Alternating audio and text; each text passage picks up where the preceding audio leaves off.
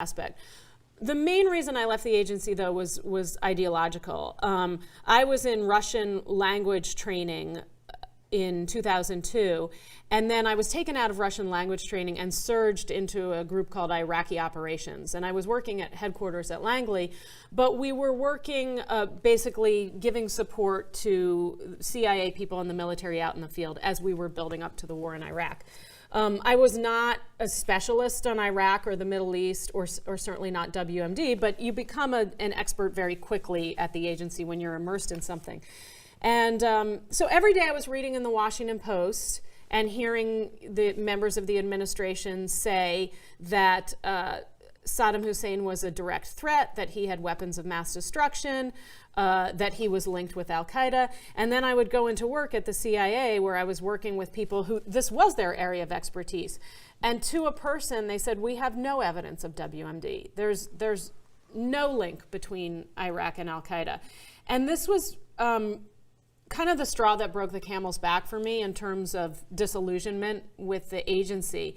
And I wasn't there for a particular conversation, but it was reported to me by a colleague who worked in the counterproliferation division, that a manager gathered his group together of about 20 to 30 CIA people and said, look, let's face it, the president wants to go to war, and our job is to give him a reason to do so. And this was kind of shocking to me, because that's not the job of the CIA, or certainly not the job of the CIA as I saw it, or that's not what I signed up for. Mm-hmm. I wanted to serve my country, and I became aware that I was not serving my country. I was serving this organization. And the organization was not serving the country. It was serving the wishes at that time of the administration. So there was a couple of wow moments in that answer. Now, if you were paying attention, you knew before the Iraq War that Saddam had nothing to do with 9/11 and Al-Qaeda. And even the Bush administration, they would be misleading rather than outright lying oftentimes. They would put them in the same sentence, but they wouldn't say Saddam did 9/11. They did on one or two occasions, right. But generally it was a campaign to mislead people. And it was obvious, but the press wouldn't report on it. It was maddening at the time. But we at least knew that was the case. But we had the impression that the CIA thought that, yes, that he did have weapons of mass destruction.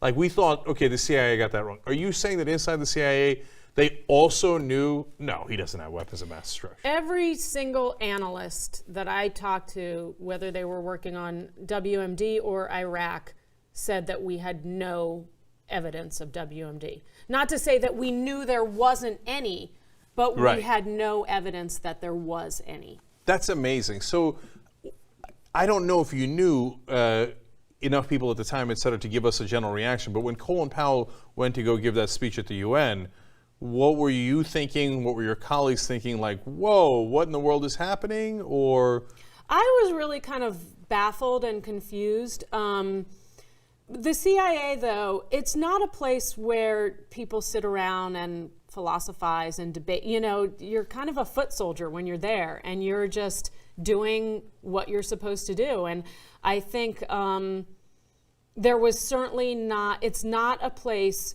where if you voice concerns, dissent, disagreement with any policies, that's going to be viewed upon favorably. Yeah, so, I suspect not. Yeah. No.